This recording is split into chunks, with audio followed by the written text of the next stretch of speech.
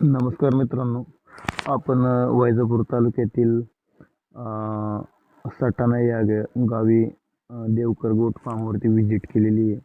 आणि तुम्ही व्हिडिओमध्ये बघू शकतात की त्यांच्याकडे अगदी उत्तम प्रकारच्या बिटलच्या फिमेल आहेत चांगल्या.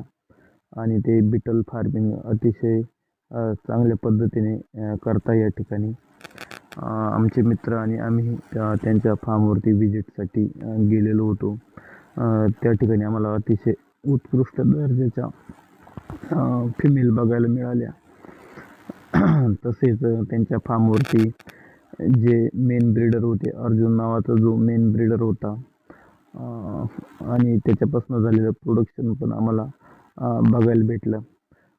त्यांचं विक्री व्यवस्थापन असो किंवा चाऱ्याचं व्यवस्थापन असो, ते अगदी चांगल्या पद्धतीत केलेलं आहे. त्यांनी परत एक नवीन शेडचं काम चालू वर्षी केलेलं आहे. रात्रीच्या वेळी या ठिकाणी फिमेल आणि ब्रीडरसाठी त्यांनी कप्पे बनवलेले आहे. तुम्ही व्हिडिओमध्ये बघू शकतात. त्यांच्याकडे अर्जुन नावाचा एक चांगल्या लाईनमधला ब्रीडर क्रॉसिंगसाठी आहे. तर अतिशय उत्तम असे नियोजन केलेले आहे त्यांनी त्यांच्या फार्मवरचं. छोटा सेटअप आहे, साधारणतः एक 10 ते 12 फिमेल आणि 2 ब्रीडर आहे. तुम्ही व्हिडिओमध्ये बघू शकतात.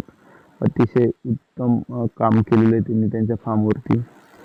येणाऱ्या काळामध्ये म्हणजे आपण त्यांच्या फार्मवरती निश्चितच असे गोट फार्मिंग संबंधित व्हिडिओ बनवण्याचा प्रयत्न करू. आणि त्यांचं काम पण त्या पद्धतीत आता सध्या फार्मवरती चालू आहे. तर आपण आता नेक्स्टमध्ये ना त्यांचं चारा व्यवस्थापन बघतो. काका, आम्ही इथं तुमच्या फार्मवरती आल्यानंतर आम्हाला हा खूप चांगला चारा दिसला. तर कुठल्या प्रकारची सुबाबळ आहे तिची माहिती सांगा आणि तुमचं चारा व्यवस्थापन कसं असतं त्याबद्दल माहिती सांगण्याचा प्रयत्न करा. म्हणजे जेणेकरून नवीन शेळीपालकांना ना शेळीपालन सुरू करताना ना या चाऱ्याची लागवड करता येईल, जेणेकरून त्यांना चाऱ्याचं गणित बसवता येईल. सांगा काका.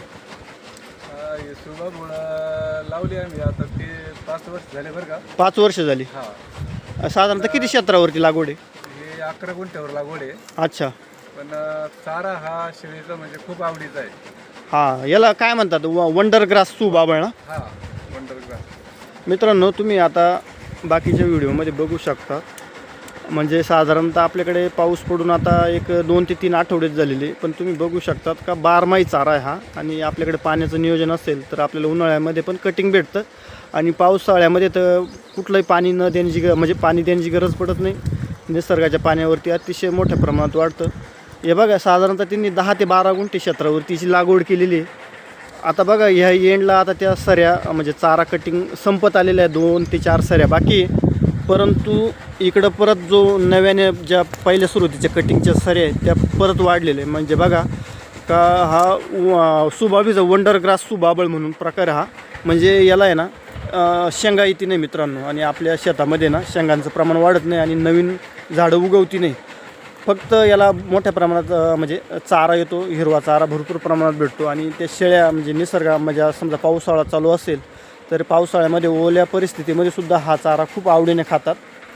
त्याला बाकी हिवाळ्याच्या सीझनमध्ये थोडाफार माव्याचं प्रमाण पडतं त्याच्यावरती, पण आपण योग्य कीटकनाशकाची फवारणी केली तर तो प्रभाव पण कमी होऊन जातो आणि शेळ्यांना 12ही महिने असा हिरवा चारा या ठिकाणी उपलब्ध राहतो. काका, आता तुम्ही म्हणजे सुबाबळी व्यतिरिक्त अजून कुठली चारी लागवड केलेली? आपल्याकडं थोडी तुती आहे अजून. अच्छा. तुती पण चांगली आवडीनं खातात शेळ्या. अच्छा. अजून गावठी मेथी घास म्हणतो ते आपण. घास केलेला आहे.